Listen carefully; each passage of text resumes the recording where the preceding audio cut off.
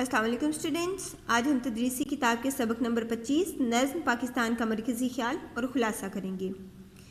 مرکزی خیال۔ اس نظم پاکستان میں شاعر ڈاکٹر محمد صالح طاہر کہتے ہیں کہ دنیا میں سب سے بڑی نعمت آزادی کی نعمت ہے۔ ہمیں ہمیشہ آزادی کی قدر کرنی چاہیے اور وطن کی محبت ایمان کی علامت ہے۔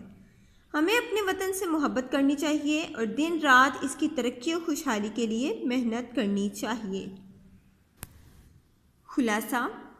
شاعر کہتے ہیں کہ میرے پاک وطن تو ہمیشہ آزاد اور تا ابد آباد و شاد رہے اور تیرے کونے کونے پر یوں ہی روشنی اور نور بکھرا رہے۔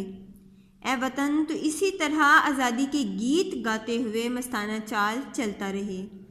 اے وطن تیرے کھیت ہرے بھرے اور تیرے کھلیان دانوں سے بھرے رہیں، تیری بلندی اور بڑائی کے رکھوالے ہمیشہ سلامت رہیں۔ ذات خداوندی ان محافظوں کو خوش و خرم رکھے جو اپنے وطن کی حفاظت کرتے ہیں اور ہر وقت اپنی جان کا نذرانہ پیش کرنے کے لیے تیار ہوتے ہیں۔